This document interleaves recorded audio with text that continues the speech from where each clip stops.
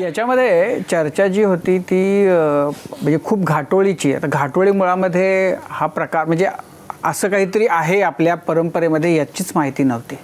तो याच्यामुळं त्याची ओळख झाली. तर घाटोळीबद्दल आणि नंतर घाटोळी ऐकायची पण आहे. घाटोळी काय प्रकार?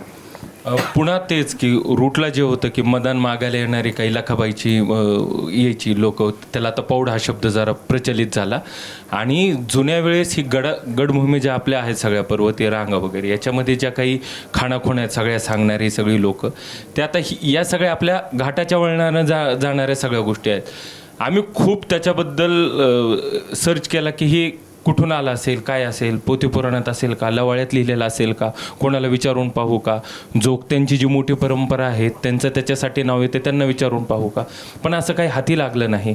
आणि ते न लागल्यामुळं मग आम्ही थोडा विचारायला बसलो की कशा प्रकारे जन्माला आलेला असेल म्हणून.